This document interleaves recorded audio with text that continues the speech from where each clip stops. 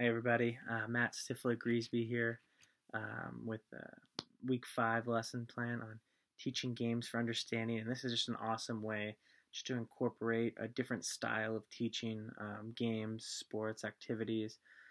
It's really cool breaking down the game into smaller units of games to get more students involved with the participation.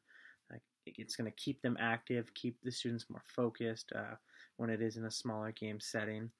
And what's really cool about this is it's going to influence them to learn more and be a part of the game, both physically, mentally, and even socially. When they're in a smaller group, they're going to be able to their voice is going to be able to be heard more, so they can talk about different strategies, different plans they have as they go about their game.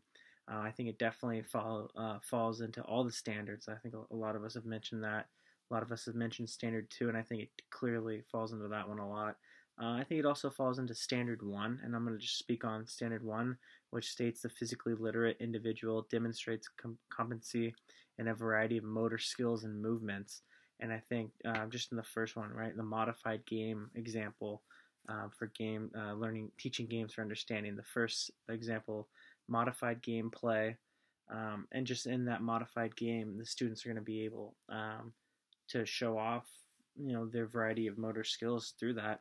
They're going to demonstrate and they're going to witness, what they have to do in the smaller size game, which will prepare them for the bigger size game. The third kind of example, or in the box of examples for teaching games of understanding, says technical awareness and understanding.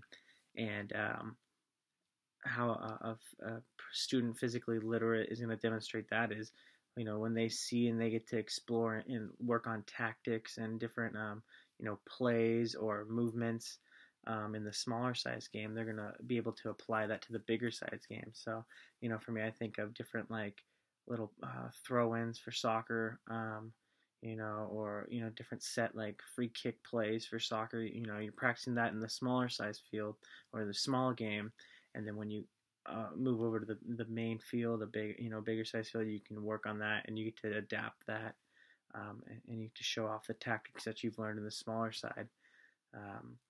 You're also making an appropriate decision of how to do something or what to do is like the fourth example they give, and clearly, a variety of motor skills is going to be important for that. So, thinking about what's going on in the game and then applying, I need to run after this, or I need to put myself in a certain position, to either play defense or be on the offensive attack, or, get open if you're talking about football or, any sport, trying to get open for the perfect pass.